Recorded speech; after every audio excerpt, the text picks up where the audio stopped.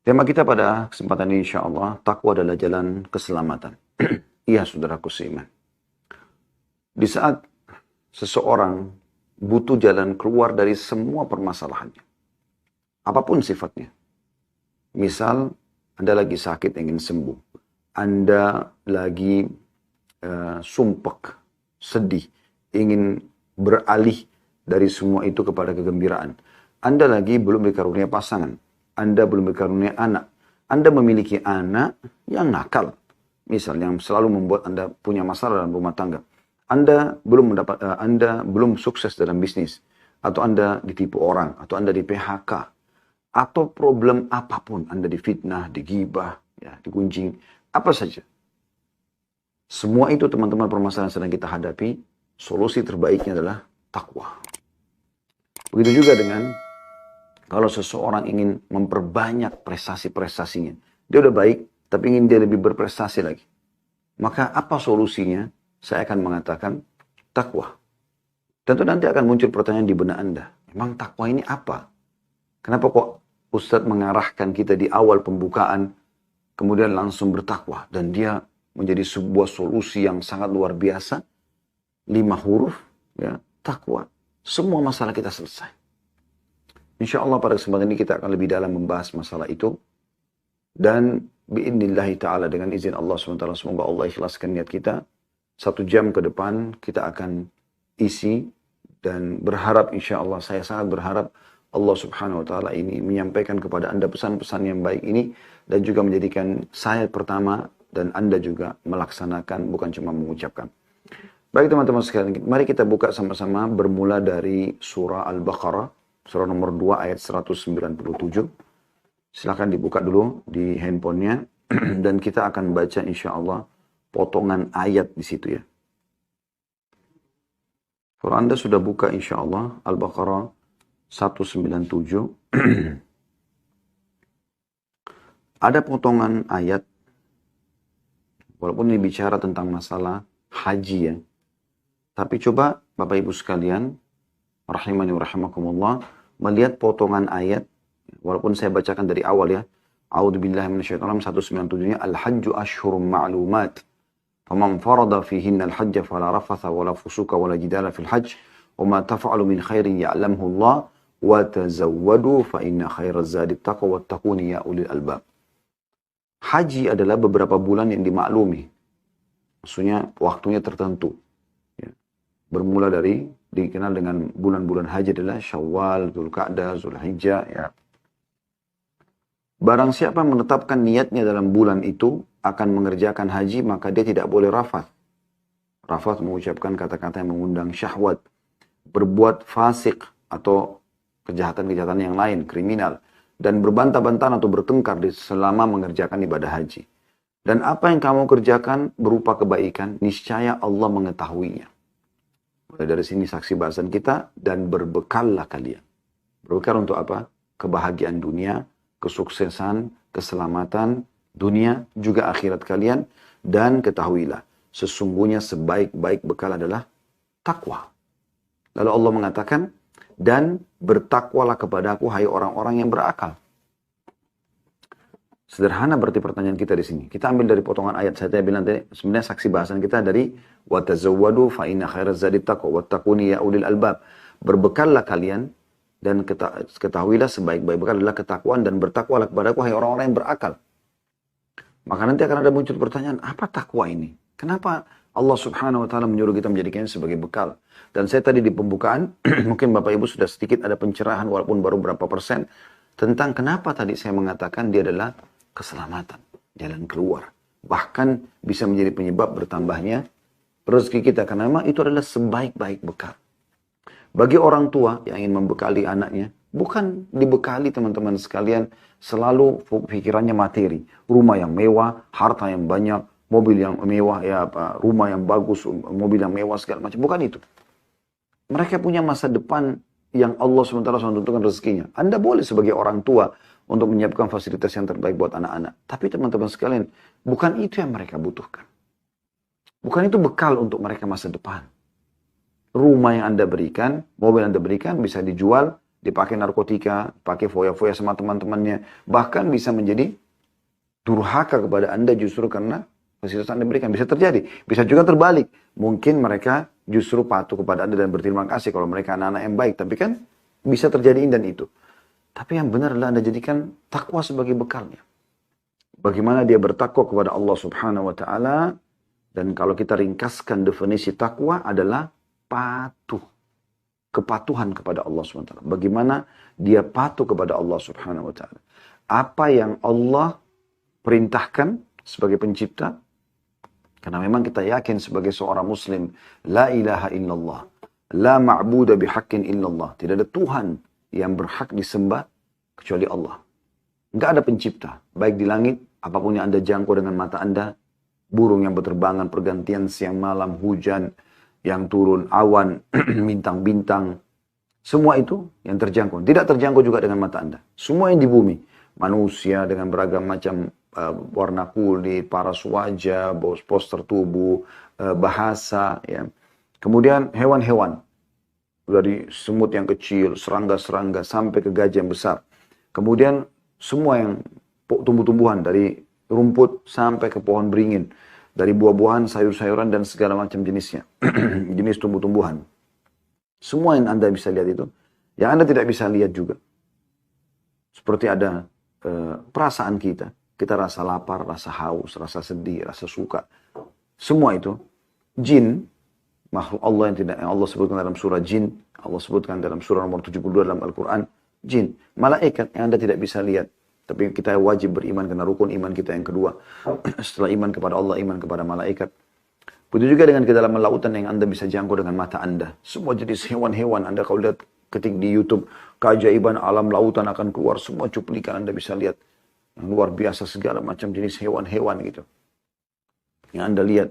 Kalau Anda perhatikan baik-baik ikan tersebut, siapa yang ciptakan matanya, mulutnya, sistem pencernaannya, bisa hidup dalam air dan segala macam corak-corak yang ada di tubuhnya, ya, warna.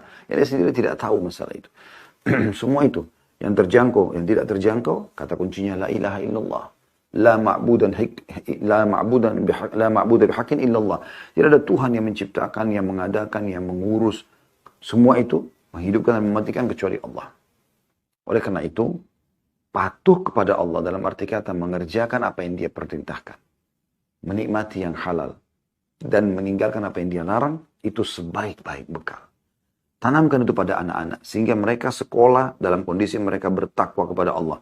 Mereka bekerja, mereka bertakwa kepada Allah. Dan dengan takwa ini, mereka akan memberikan hak-hak Tuhannya dan juga hak makhluk. Termasuk kita sebagai orang tuanya. Ya, termasuk kita sebagai orang tua, dia akan mendoakan. Karena dia tahu dengan mendoakan sampai doa tersebut untuk kita. Dan juga tentunya mereka mendapatkan pahala.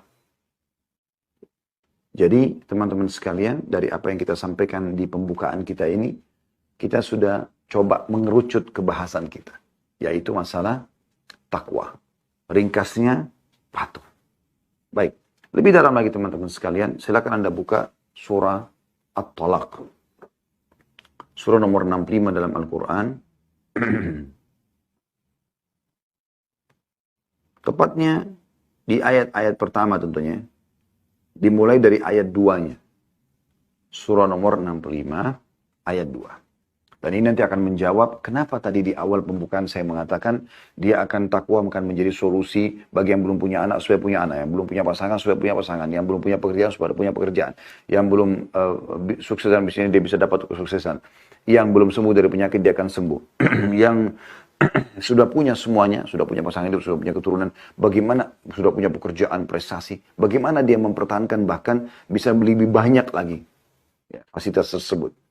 Kata kuncinya takwa. Perhatikan dalilnya. Surah At-Talaq, surah nomor 65 ayat 2. Di akhir ayat, walaupun dibicara masalah perceraian, tapi kita ambil potongan akhir ayat. Ulama menjadikan saksi bahasan akhir ayatnya. Saya bacakan di potongan akhir ayat, bisa diperhatikan di ayat 2 sekali lagi. A'udzu billahi minasyaitonir rajim wa may yattaqillaha yaj'al lahu makhraja. Siapa atau barang siapa yang bertakwa kepada Allah. Sederhana, patuh. Allah perintahkan, kerjakan. Allah larang, jauhi. Allah halalkan nikmati, Allah haramkan tinggalkan. Barang siapa yang bertakwa kepada Allah, niscaya D-nya besar, katakan dia Allah. Yang menciptakan langit, bumi, udara, air, batu, semua yang terjangkau oleh mata kita, Allah dia akan mengadakan baginya makhraja, jalan keluar. Jalan keluar ini jelas. Semua permasalahan kata ulama tafsir. Apapun permasalahannya, Allah berikan jalan keluar. Yang penting dia takwa. Bahkan bisa terbalik. Kalau ada sesuatu yang mengganggu Anda, berarti ada permasalahan di masalah ketakwaan Anda. Kapan Anda buka pintu-pintu kemaksiatan, mencoreng ketakwaan Anda kepada Allah, maka fasilitas yang Allah berikan pun akan berkurang. Bahkan bisa dilenyapkan sama sekali oleh Allah SWT pada saat Anda terus membangkang. Ibaratnya seperti seorang pegawai di kantor. Pada saat dia bekerja dengan baik, dia patuh dengan peraturan kantor. Sekali lagi tanda kutip, patuh. Dia patuh pada peraturan kantor, maka dia akan jadi pegawai prestasi. Dia akan berprestasi, maksud saya, dia akan mendapatkan fasilitas apa yang dijanjikan di kantor. Bahkan mungkin pemilik perusahaan atau owner, ataupun ya, atasannya akan memberikan kepada dia bonus-bonus. Misalnya. Ini karena dia patuh. Dan beda sekali keadaannya dengan seorang staf atau pegawai yang sibuk melakukan pelanggaran-pelanggaran. Tidak patuh dengan peraturan. Datang telat, pulang cepat, tidak menyelesaikan pekerjaan, tidak patuh. Akan terjadi apa? Diberikan surat SP. Ya, SP maksud saya, sudah ringkasan dari surat peringatan atau ringkasan dari surat peringatan ya.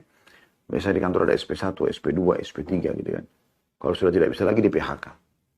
Atau memang di PHK langsung. Kalau dianggap dia melakukan perbuatan yang sudah sangat melanggar etika perusahaan. Gitu kan, tanda kutip. Maka ini semua teman-teman sekalian kurang lebih rasionalnya. Anda di alam semesta ini. Di bumi ini. Alam semesta ada penciptanya. Kita berada di kerajaan sang pencipta Allah. Itu dasar keyakinan seorang muslim. Rukun iman kita yang pertama, iman kepada Allah subhanahu wa ta'ala. Ini ditanamkan. Saya sarankan Bapak Ibu dalam pendidikan anak. Selalu tekankan poin itu. Ya. Saya kalau ingatkan anak-anak, nak sholat. Allah yang suruh. Bukan ayah, bukan ibu. Ibu atau ayah mau lihat kau sholat sekarang, nak? Bukan. Allah telah memanggil untuk sholat, nak. Kerjakan. Selalu tanamkan itu. Saya lihat anak-anak saya masih kecil. Walaupun mereka masih kecil. Karena sering kita tanamkan itu. Mereka ngobrol satu sama yang lain. Dan bahasanya, Allah tahu loh. Allah lihat loh. Gitu. Allah marah. Antara adik kakak bicara seperti itu. Dari mereka sudah terbiasa, memang tertanamkan akidah yang benar dalam prinsip hidup mereka. Sehingga ini akan terus terbawa insya Allah bi'idnillahi ta'ala sampai mereka meninggal dunia.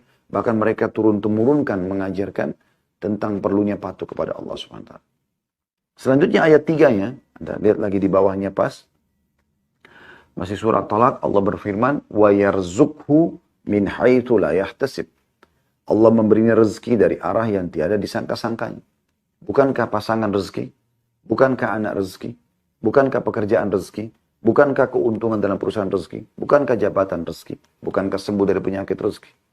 Bukankah bertambahnya semua fasilitas itu adalah rezeki? Kalau Anda fahamnya selama ini definisi rezeki hanyalah uang, Anda keliru. Rezeki itu semua yang bisa membuat roda kehidupan ini bisa berjalan. Itu rezeki. Maka Allah mengatakan, selain Allah berikan jalan keluar dari permasalahannya, lalu Allah berikan lagi rezeki. Yang dari tempat tidak disangka-sangka. Kadang-kadang tidak masuk di akal kita. Bagaimana bisa itu datang? Kadang-kadang teman-teman kalau Anda makin kuat mengasah ketakwaan Anda kepada Allah ini. Oh ini enggak, ini Allah halalkan. Oke saya nikmati, ini Allah haramkan, saya tidak jauh. Ini patokannya. Maka selalu menjaga di sini. Yakin teman-teman sekalian. Betul-betul ayat ini berlaku pada Anda. Kadang-kadang kita baru berpikir, enak ya makan ini. Tiba-tiba ada yang kasih makanan tersebut. Mungkin kita ingin sesuatu, pengen umroh ya, tiba-tiba Allah mudahkan. Pengen haji ya, tiba-tiba Allah mudahkan. Pengen punya mobil ya, tiba-tiba Allah mudahkan. Semua Allah berikan, subhanallah. Lalu Allah katakan, وَمَنْ يَتَوَكَّلْ عَلَى اللَّهِ فَهُوَ حَسْبُهُ. Barang siapa yang bertawakal kepada Allah, mengembalikan urusannya kepada Allah setelah dia ikhtiar. Setelah berusaha. Ya. Kita tidak boleh menyerahkan kepada Allah kalau kita belum berusaha. Kata Nabi SAW, kalau kalian bertawakal, sebenar-benar tawakal kepada Allah, maka Allah akan berikan kepada kalian rezeki, sebagaimana Allah berikan burung yang keluar di pagi hari dari sarangnya, dalam kondisi lapar, pulang dalam kondisi kenyang. Burung kan terbang, bekerja, mencari. Maka dijamin setelah dia berusaha bekerja, Allah subhanahu wa ta'ala akan berikan kepada dia rezeki. Dia akan pulang dalam kondisi penuh perutnya. Innallaha balighu amri. Sungguhnya Allah melaksanakan urusan yang dikehendakinya. Qad ja'alallahu likulli syai'in qadra. Sungguhnya Allah telah mengadakan ketentuan bagi tiap sesuatunya. Kemudian kita pindah lagi ke ayat 4-nya. Perhatikan lagi di akhir ayat. Jadi sudah tadi kita sebutkan di ayat 2-nya, Allah berikan makhraja, jalan keluar dari permasalahan. Yang kedua, ayat 3-nya, ini keutamaan yang kedua dari takwa. Dia akan diberikan rezeki dari tempat tidak disangka-sangka. Ayat 4-nya di sini, surat Talaq, ini keutamaan yang ketiga dari takwa yang kita bahas. Di akhir ayat ya, وَمَنْ يَتَّكِ اللَّهَ يَجْعَلْ لَهُ مِنْ أَمْرِهِ يُسْرًا. Barang siapa yang bertakwa kepada Allah, niscaya Allah akan menjadikan baginya kemudahan dalam urusannya. Nah ini ada relevansinya dengan ayat 2 tadi ya. Ayat kedua tadi, yaj'al lahu makhraja. Allah berikan dia jalan keluar. Tapi belum jelas jalan keluarnya mudah atau sulit. Misal orang sakit, dia harus operasi dulu baru sembuh. Tapi di ayat 4-nya ini, Allah subhanahu wa ta'ala memastikan. Jalan keluar yang ada di ayat 2 makhraja itu akan yusro, akan mudah. Ya. Jadi tanpa operasi bisa sembuh. Dan itu terlalu banyak kasus-kasus yang terjadi berhubungan dengan masalah ini. Ada seseorang dinukil kisah nyata di Saudi. Dia begitu,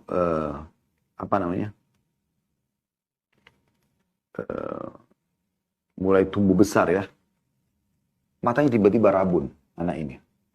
Sampai akhirnya dia tidak bisa melihat. Kecuali samar sekali gitu. Ya, artinya bisa dianggap buta lah. Tapi masih melihat tapi tinggal cahaya putih saja. Dia tidak bisa melihat apa-apa.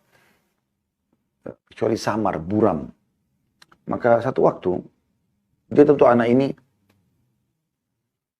dididik oleh orang tuanya agar terbiasa bertakwa kepada Allah subhanahu wa ta'ala. Selalu patuh kepada Allah. Membaca, walaupun buta matanya menghafal Al-Quran, sholat, ya, bakti sama orang tua, diajarkan hadis-hadis Nabi SAW. Agama dicekokin terus gitu. Satu waktu anak muda ini, pada saat umurnya sudah kurang lebih 16-17 tahun. Dia umroh sama teman-teman. Ini kisah nyata di Saudi, di Masjid Haram ya. Ini saya pernah juga angkat di kisah keajaiban air Zam-Zam, seingat saya. Yang jelas teman-teman sekalian, dia anak muda ini umrah bersama teman-temannya dan temannya memandu dia karena dia tidak melihat. Setelah selesai tawaf, sholat di belakang makam Ibrahim, minum pergi menuju ke tempat sa'i. Sebelum sa'i, dia bilang sama teman-temannya atau temannya yang pandu dia, bisa nggak saya mampir sebentar, saya mau minum air Zam-Zam. Kata temannya, boleh, silakan. Maka dia pun minum air Zam-Zam. Pada saat dia minum, dia pakai kacamata yang sangat tebal hanya untuk menutup matanya ya. Maka dia pun membuka kacamatanya tanpa tidak lihat apa-apa. Kemudian dia ambil Zam-Zam terus sambil berdoa kepada Allah SWT. Ya Allah, ya, aku memohon kepadamu dengan kemahamurahan-Mu agar Engkau menyembuhkan mataku dan agar mulai hari ini aku tidak menyusahkan lagi orang lain untuk memanduku.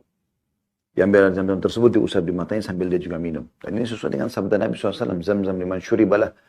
Zam-Zam sesuai dengan niat orang yang meminumnya. Maka tiba-tiba dia pada saat sudah mengusap matanya sambil menutup, dia terus berdoa. Pada saat selesai berdoa dia buka matanya, dia kaget. Maaf, dia sebelum buka matanya dia pakai peraba kacamatanya dipakai sama dia. Begitu dia buka matanya, kok buramnya luar biasa gitu. Bahkan tidak bisa terlihat apa-apa dan dia sakit kepala.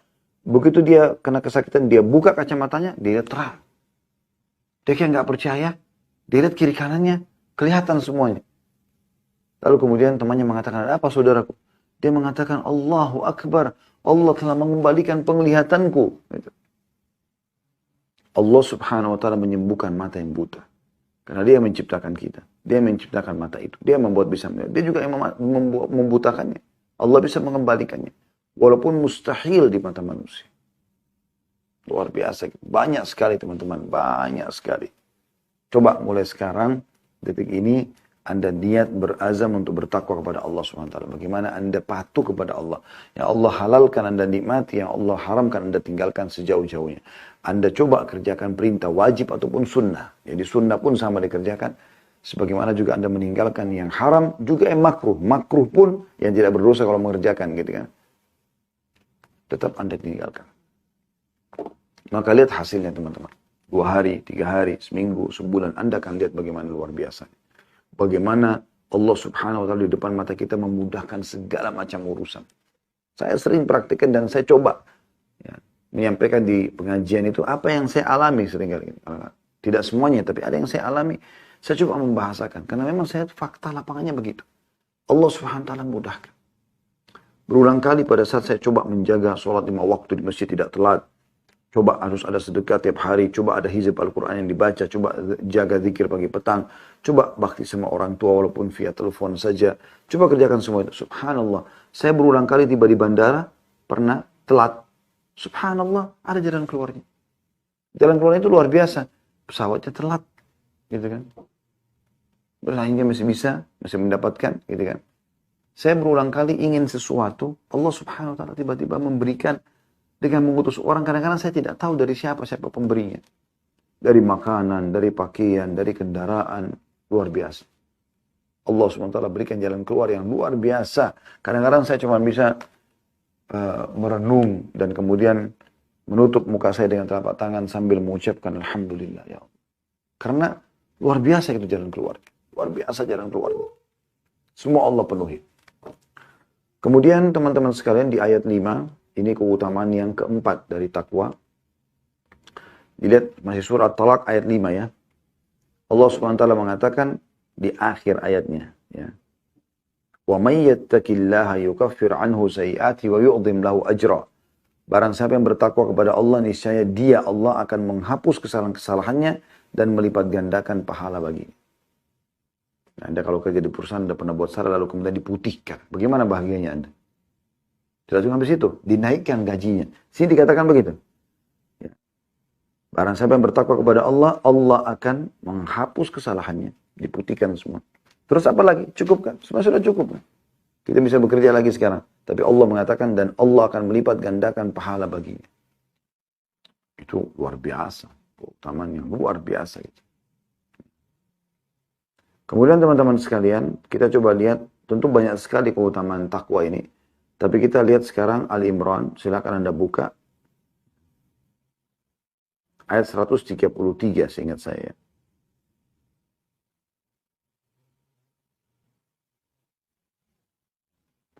Ya, 133. Tentu di dunia ini sudah saya kasih contoh-contoh tadi karena itu sudah cukup insya Allah mewakili ya contoh-contohnya. Sekarang tinggal masalah bagaimana puncak janji Allah subhanahu wa ta'ala di akhirat nanti. Tentu kita sudah tahu sebagai orang muslim, rukun iman kita yang kelima adalah iman kepada hari kiamat. Ya.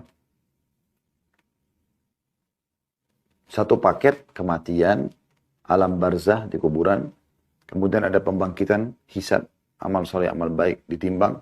Kalau amal baiknya lebih berat maka akan masuk ke dalam surga, dan kalau amal buruknya lebih berat akan masuk ke dalam neraka. Nah, surga ini yang merupakan tempat abadi, tempat yang kalau digambarkan dalam Al-Quran, semuanya keindahan, semuanya kemewahan. Bangunannya dari emas dan perak, tanahnya dari kasturi, pohon-pohonnya yang rindang. Bahkan kata Nabi SAW, ada pohon di surga, kalau seseorang menunggangi kuda dengan kecepatan tinggi selama 60 tahun, riwayat lain 100 tahun, belum melewatin naungan pohon itu karena besarnya pohon itu. Bagaimana bentuknya? Allahu a'lam. Bagaimana digambarkan Nabi SAW buah-buah surga yang kalau dipetik keluar lagi dan dinikmati oleh surga tersebut tidak pernah habis. Belum pelayan-pelayannya, bidadari-bidadari yang Allah gambarkan seperti mutiara, lu'lu', dan sekian banyak tentunya teman-teman sekalian keutamaan tentang masalah surga ini. Allah menjanjikan dalam surah Al-Imran ayat 133, A'udzubillahi minasyaitonirrajim, wasari'u ila magfiratin min rabbikum wa jannatin arduhas samawati wal ardu iddatil muttaqin. Bersegeralah kamu kepada ampunan dari Tuhanmu.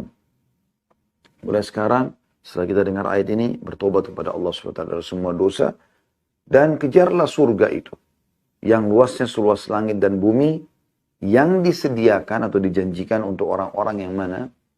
Yang bertakwa. Perhatikan di sini, Allah Subhanahu wa taala menggambarkan bahwasanya surga dijanjikan untuk orang-orang yang bertakwa. Bertakwa, patuh kepada Allah. Baik. Lebih dalam lagi teman-teman sekalian, setelah kita jelaskan tentang definisi takwa, terus perintah dalam surah Al-Baqarah 197 tentang pentingnya berbekal dengan takwa. Kita sudah tadi menyebutkan juga keutamaannya di surah At-Talaq, surah nomor 65 ayat 2, 3, 4, 5. Kemudian surah Al-Imran, surah nomor 3 ayat 1, 33 tadi. Yang ini. Kita lihat di sini setelahnya tadi Al-Imran 133, di 134 sampai beberapa ayat ke depan, Allah sebutkan ciri orang bertakwa di antara ciri mereka. Supaya Anda tahu, oh saya harus lakukan seperti ini dan seperti itu. Kita lanjutkan di 134-nya, tapi subjudul yang lain dalam bahasan kita yaitu masalah ciri orang-orang yang bertakwa. Supaya kita tahu, oh ternyata saya harus jadi begini supaya supaya saya mendapatkan predikat takwa itu sendiri. Di 134-nya Allah menyebutkan tentang ciri ketakwaan. Alladzina yunfikuna fis sarra'i wad dharra'i wal qadhimina al ghaidha wal 'afina 'anil nas wallahu yuhibbul muhsinin. Ciri yang pertama adalah orang-orang yang menafkahkan hartanya baik di waktu lapang maupun sempit. Dan ada bahasan kita banyak tentang masalah sedekah, di antaranya kita sudah bahas 2 kali kalau nggak salah kemarin itu tentang masalah keutamaan sedekah. Sedekah royal. Keluarkan di jalan Allah SWT. Jangan perhitungan. Itu ciri orang yang bertakwa. Jadi kalau ada orang yang Anda lihat royal sekali, suka memberi, orang lihat atau tidak lihat, dan dia muslim, dia mukmin, maka berarti ini ciri ketakwaannya. Di waktu lapang, ataupun di waktu sempit. Sempit pun susah, tetap dia sedekah. Ciri yang kedua, dan orang-orang yang menahan amarahnya. Qadhimil ghaidh dalam ayat ini disebutkan adalah orang yang mampu melampiaskan marahnya karena dia benar. Dan dia punya power. Ini teman-teman sekalian dinamakan qadhimul ghaidh. Orang yang menahan emosinya dalam kondisi memang dia mampu melampiaskan. Kalau Anda benar ya, kalau Anda dalam kondisi marah, kemudian Anda memang benar seperti orang tua pada anak, suami pada istri, atasan pada bawahan, pemerintah pada masyarakatnya, mereka punya power bisa melakukan penyiksaan, penggangguan dan segala macam. Tapi mereka mendahulukan ini. Wal qadhibinal ghaidh, dan orang yang bisa meredam emosinya. Justru dia tidak melakukan perbuatan-perbuatan itu. Ya. Nah, orang kalau emosi, semuanya buyar. Idenya buyar. Matanya jadi melotot, tangannya bisa melayang sama kakinya. Gitu kan. Lisannya jadi tajam. Kemudian, yang ketiga adalah dikatakan wal 'afina 'anil nas, dan orang yang suka memaafkan kesalahan orang. Wallahu yuhibbul muhsinin, dan Allah suka dengan orang yang berbuat kebaikan. Memaafkan. Ini resep awet muda. Urusan dia sama Allah Subhanahu wa taala. Yang penting sayanya ya bagaimana memaafkan orang. Jadi kalau misalnya ada orang yang berbuat salah, teman-teman sekalian, ada orang yang berbuat salah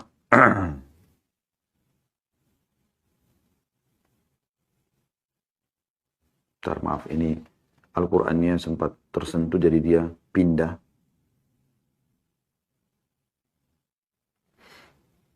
Kalau ada orang yang berbuat salah, selama dia belum minta maaf, tentu secara hukum syar'i dia ada konsekuensi hukum. Ya. Maka tidak usah khawatir. Kalau orang itu belum minta maaf, lalu Anda memaafkan, itu urusan Anda sama Allah SWT. Anda dapat pahala dengan itu, dia juga tetap akan dihukum oleh Allah SWT karena dia tidak melakukan kewajiban dia. Jadi nggak ada masalah, maafkan. Apalagi kalau Anda datang lalu memaafkan atau memaafkan orang yang betul-betul kesian dalam kondisi dia tertekan, dia terkekang, mungkin dia menyesali perbuatannya. Maka itu satu hal ibadah yang luar biasa. Pernah disebutkan kisah bahwasanya ada seseorang budak. Waktu itu zaman itu masih ada perbudakan, kisah klasik dulu. Orang ini menjadi budak dia membawa semangkuk marak. Marak ini kayak kita sup, ya, panas sekali. Majikannya kebetulan lagi duduk bersama dengan tamu-tamunya. Dan dia niat ingin menghidangkan di depan majikannya. Maka dia pun jalan tanpa disengaja, kakinya kesentuh di karpet, lalu satu mangkok sup yang panas itu tertumpah di badan tuannya. Itu di zaman sekarang nggak ada budak, tapi zaman dulu ada budak. Kalau selain kaum muslimin mungkin sudah dibunuh budaknya ini. Tapi subhanallah, si budak ini beriman, si majikan juga beriman kepada Allah SWT. Sebelum majikannya marah, maka si budak membacakan firman Allah Subhanahu wa taala ini. Dia mengatakan, wal qadhimin al ghaidh. Dan orang yang bisa menahan marahnya. Tuannya sangat kenal ayat ini. Artinya pada saat dia mampu melampiaskan, maka kata tuannya, saya sudah menahan emosiku. Artinya saya tidak jadi marah pada kamu. Kena ayat itu. Kemudian dia bilang, ya Tuhan, belum selesai ayatnya. Wal afina anin nas. Dan orang suka memaafkan orang lain. Maka kata majikannya, saya sudah maafkan kamu. Lalu dia mengatakan, belum selesai Tuhan ayatnya. Wallahu yuhibbul muhsinin. Dan Allah suka sekali dengan orang-orang yang berbuat kebaikan. Maka tuannya pun mengatakan, kalau begitu pergilah, kau telah aku bebaskan. Ini ciri yang ketiga. Ciri yang keempat, kita lihat di 135. Lanjutannya masih Al-Imran. وَالَّذِينَ إِذَا فَعَلُوا فَاحِشَةً أَوْ ظَلَمُوا أَنفُسَهُمْ ذَكَرُوا اللَّهَ فَاسْتَغْفَرُوا لِذُنُوبِهِمْ وَمَن يَغْفِرُ الذُّنُوبَ إِلَّا اللَّهُ وَلَمْ يُصِرُّوا عَلَى مَا فَعَلُوا وَهُمْ يَعْلَمُونَ. Dan juga orang-orang yang apabila mengerjakan perbuatan keji atau dosa, ya, mereka ingat akan Allah, lalu memohon ampun terhadap dosa-dosa mereka. Dan siapa lagi yang dapat mengampuni dosa selain daripada Allah, dan mereka tidak meneruskan perbuatan keji itu sedangkan mereka mengetahui. Ini termasuk ciri yang sangat luar biasa, teman-teman sekalian. Bagaimana seseorang mukmin itu kalau berbuat dosa, dia segera memberhentikan dosanya itu. Dia memberhentikan dosanya. Dia tidak melanjutkan. Segera istighfar lalu dia berhenti. Kalau ada orang yang sengaja memaksakan diri untuk melakukan perbuatan dosa, walaupun sudah sampai padanya peringatan, tetap dia kerjakan, maka ini hukuman Allah akan datang padanya. Tapi kalau dia, seperti ayat tadi Al-Imran ini menyebutkan, kalau mereka melakukan perbuatan dosa atau sudah mulai cenderung, maka mereka langsung beristighfar kepada Allah SWT. Mereka berhentikan dari situ. Berhenti langsung di situ, tidak lagi dilanjutin, kemudian mereka langsung kembali ke jalur yang benar, di rel yang benar. Lalu Allah SWT mengatakan, dan mereka tidak terus-menerus terjerumus dalam kesalahan yang sama. Walam yusirru ala ma fa'alu. Mereka tidak terus-menerus mengerjakan dosa tersebut. Udah tahu ini salah, Allah datangkan peringatan lalu dia berhenti. Seperti itulah. Maka ini termasuk ciri orang yang bertakwa. Karena kita semua bisa terjerumus dalam dosa. Bahkan kata Nabi SAW, kullu ibna Adam khata'un khata'ina tawwabun. Semua anak Adam itu pasti berbuat salah. Tapi sebaik-baik orang yang buat salah adalah yang memohon ampun kepada Allah SWT. Ini ciri mereka suka bertobat kepada Allah SWT. Makanya Nabi SAW mengatakan, saya beristighfar dan bertobat kepada Allah sehari 70, dalam riwayat dan 100 kali. Maka teman-teman sekalian, bertakwalah kepada Allah Subhanahu wa ta'ala.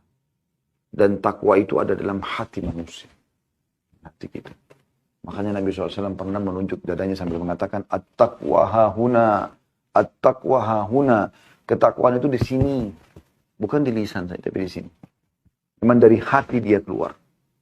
Kata Nabi SAW, dalam tubuh manusia ada segumpal darah yang kalau dia baik-baik semua tubuhnya. Nah, itu hati. Dan kalau dia buruk-buruk semuanya. Itu juga hati. Kapan dia baik, ketakwaan dari sisi hati kita, maka akan berefek kepada yang lainnya. Ya. Yakin teman-teman sekalian. Bertakwa kepada Allah SWT. Selalu patuh. Kerjakan semua perintah. Tinggalkan larangan. Nikmati yang halal. Jauhi yang haram. Maka insya Allah Anda akan diberikan jalan keluar dari semua permasalahan yang Anda hadapi. Dan ini saya sampaikan global tentu karena materi kita hanya 1 jam. Maka Anda bisa kembali insya Allah. Lebih panjang lebar. Saya jelaskan masalah takwa ini. Di judul ceramah kita di YouTube bisa dilihat di playlist. Insya Allah kalau Anda masuk YouTube tadi playlistnya, Anda cari bekal dunia akhirat. Saya sudah jelaskan panjang lebar termasuk definisi Ali bin Abi Thalib tentang masalah takwa. Al-khawfu minal jalil, takut kepada Allah SWT. Apa namanya? Wal amalu bit tanzil, berbuat amal sesuai dengan panduan Al-Quran dan Sunnah. War ridha bil qalir, ridha kepada apa yang Allah berikan walaupun sedikit, maka dia selalu bersyukur. Wasti'dadul yaumir rahil, dan punya persiapan untuk menghadapi hari pulang nanti. Jadi beliau mendefinisikan takwa di sini, dan itu panjang lebar saya jelaskan pada tema tersebut. Di sini saya simpulkan takwa adalah patuh. Dan yakin teman-teman, dengan makin patuh kepada Allah, takwa itu tingkat-tingkat ya. Makin Anda kental menjaga hubungan Anda sama Allah SWT, tidak pernah kehilangan sholat 5 waktu, tepat waktu, tidak pernah meninggalkan puasa sunnah, termasuk puasa wajib di Ramadan, tidak pernah meninggalkan baca Quran, tidak pernah meninggalkan sholat malam. Ini semua ada pengaruhnya besar. Akan berefek, Anda bisa lihat efeknya nanti. Dan sebaliknya kalau Anda melanggar takwa ini, yaitu bermaksiat kepada Allah SWT, malah Allah susahkan Anda tentunya. Allahu a'lam. Jadi cobaan-cobaan yang datang, permasalahan semua ini karena kita tidak bertakwa kepada Allah SWT. Allahu a'lam. Ini bahasan kita insya Allah.